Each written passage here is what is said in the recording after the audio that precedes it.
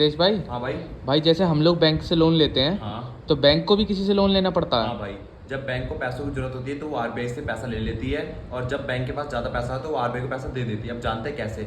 जब बैंक को लोन की जरूरत है तो वो आरबीआई से पैसा लेगी, तो आरबीआई उसके बदले में उनसे इंटरेस्ट रेट लेती है। उस इंटरेस्ट रेट को बोलते हैं हम रेपो रेट। जो करंट में रेपो रेट चल रहा है वो चल रहा है 5.5%। और जब बैंक को इमरजेंसी में फंड की जरूरत हो एक रात के लिए, एक दिन के लिए, तब बैंक जो फंड लेती है आरबीआई से, तब आरबीआई उस पर हाई इंटरेस्ट रेट चार्ज करती है।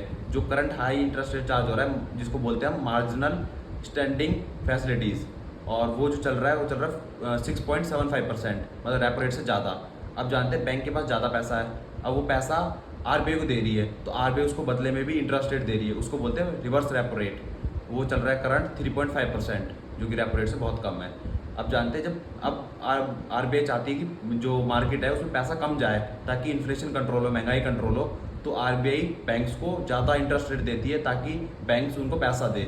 जो जिसको बोलते हैं हम स्टैंडिंग डिपॉजिट फैसिलिटीज़, जो करंट में स्टैंडिंग डिपॉजिट फैसिलिटी चल रहा है वो चल रहा है 5.75%, ताकि लोग बैंक ज़्यादा पैसा दे किसको, आरबीआई को।